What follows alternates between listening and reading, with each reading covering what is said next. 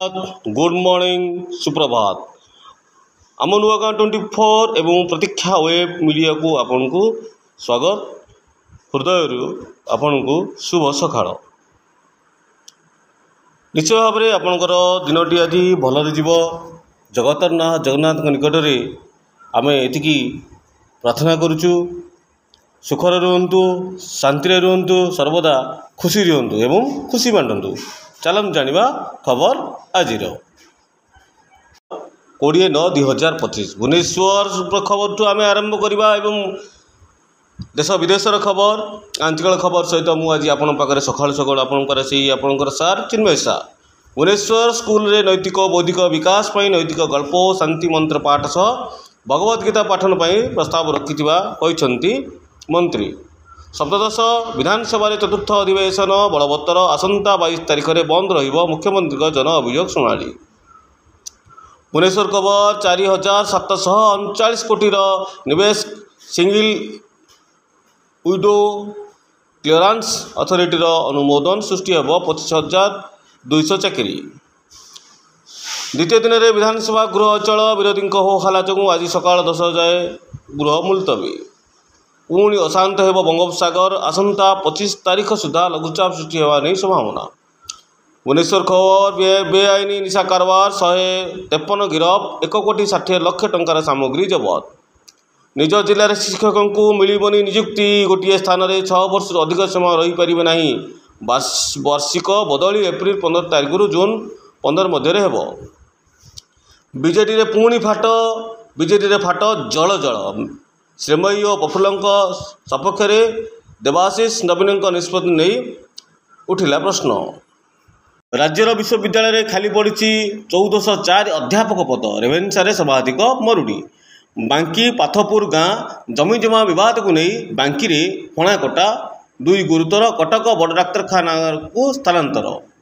भुवनेश्वर खबर पुणी जनता मैदान में अंतर्जातीय वाणिज्य मेला उद्घाटित बिक्री होउची 22टी राज्यर पारंपरिक सामग्री सह विभिन्न आसबाबपत्र। बड़गाँ ब्लॉक बिरिमुंडा ग्राम पुणी कंगारुकोट परक्रिया प्रीति संदेह रे स्त्री को उल्लग्न करी गाँ रास्तार बुलाइला स्वामी। परिवेश एवं जंगल मंजूरी उपर एमसीएल पक्षर दिनिकिया कर्मशाला जैव विविधता संक्षेप योगदान पर आह्वान देले मुख्यमंत्री। नेशनल जियोग्राफी कवरेज शिमिलपाल विरल कला बाघ भारतीय वन्यजंतु फोटोग्राफी प्रच्छद पृष्ठार है स्थानित। किट किस और यूनेस्को एमजीआईपी मध्य बुझामणा सामाजिक विकास शिक्षार भूमिका उपर आलोकपात करते डॉक्टर सामंत। रायगढ़ खबर एवं सुधा 5 कोठा और 9टी मूल्यवान प्लॉट ठाब। काशीपुर रेंजर ठारू नगद 9.45 लाख टंका जबत कले विजिलेंस अधिकारी।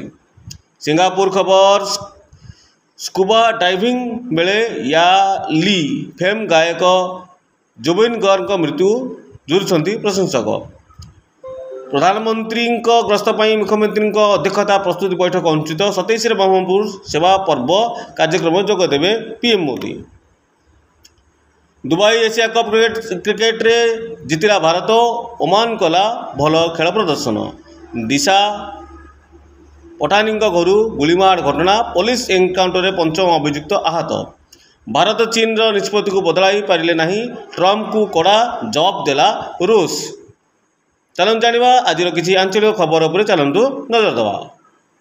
प्रधान शिक्षक प्रशिक्षण शिविर 5 दिन शेष हो जाएगी। नुआगाँ ब्लॉक शिक्षा विभाग अंतर्गत नुआगाँ सरकारी उच्च विद्यालय ठारे विभिन्न विद्यालय प्रधान शिक्षक मानू नहीं जिला स्तरीय 5 दिनिया प्रशिक्षण शिविर संभव मॉड्यूल उद्घाटित हो जाएगी शेष हो जाएगी। एथिरे सरकार आभिमुख्य सांग को छात्र छात्री गुणात्मक शिक्षा प्रदान को प्राधान्य दिखाई। एसह छात्र छात्री शिक्षक एवं जनसाधारण मध्य किभली भाव में अति सहजरे श्रृंखलार सहित समन्वय रक्षा कर विद्यालय को आगे नेबा दिगरे विशेष भाव में गुरुत्व दि जाएगी। यही प्रशिक्षण शिविर में नुआगाँ ब्लॉक समेत दशपल्ला और गणिया ब्लॉक 50 ରୁ 60 जन प्रधान शिक्षक जोगदेइछन्ति। यही 5 दिन धरी शेष दिन में सूचना दी जाएगी। कार्यक्रम में नुआगाँ सरकारी उच्च विद्यालय प्रधान शिक्षक भीमसेन दास, प्रधान शिक्षक डॉक्टर गिरिजा शंकर महापात्र, नित्यानंद दास, बसंत कुमार साहू उपस्थित रही।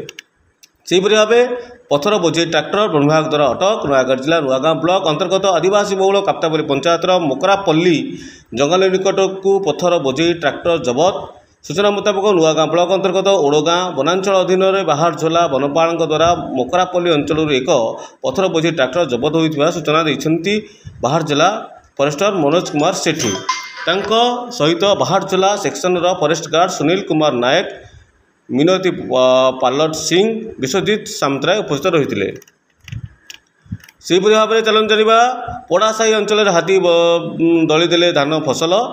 ବାହାରଝୋଲା ନୟାଗଡ଼ ଜିଲ୍ଲା ନୂଆଗାଁ ବ୍ଲକ ଅନ୍ତର୍ଗତ ବେରୁଆବାରି ପଞ୍ଚାୟତର ପଡ଼ାସାହି ଓ ମାଣ୍ଟୁ ଖମଣ ଅଞ୍ଚଳରେ 7 ପଟିଆ ହାତୀପଲ ଉତ୍ପାତ ହେଉଥିବା ଅଞ୍ଚଳବାସୀ ଅଭିଯୋଗ କରିଛନ୍ତି। ଗତକାଲି ରାତିରେ ବାହାରଝୋଲା ବିଟ୍ ହାଉସ ନିକଟସ୍ଥ ବେରୁଆବାରି ପଞ୍ଚାୟତର ପଡ଼ାସାହି ଗ୍ରାମରେ ପ୍ରମୋଦ କୁମାର ସାହୁ ଓ ଗୋବର୍ଦ୍ଧନ ସାହୁ, ଦାମ ନାୟକ, ସୁଦାମ ନାୟକଙ୍କ ସହିତ ମାଣ୍ଟୁ ଖମଣ ଗ୍ରାମର ଭଗବାନ ପ୍ରଧାନଙ୍କ ଧାନ ଗଛ ପୋଡ଼ା ଧରିବା ସମୟରେ 7ଟି ହାତୀପଲ ଦଳି ଚକଟି ନଷ୍ଟ କରିଦେଇଛନ୍ତି।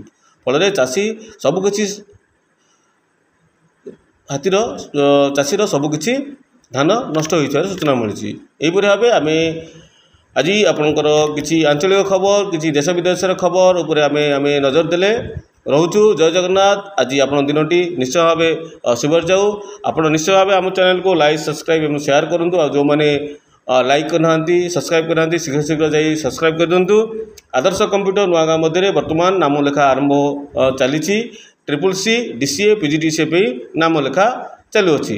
ଆସନ୍ତୁ ଏବଂ IT ଉପରେ ଆପଣ ପିଲାମାନଙ୍କର ନଲେଜ ବଢ଼ାନ୍ତୁ, ଭବିଷ୍ୟତ ଗଢ଼ାନ୍ତୁ। ରହୁଛୁ। ଜୟ ଜଗନ୍ନାଥ। ନମସ୍କାର।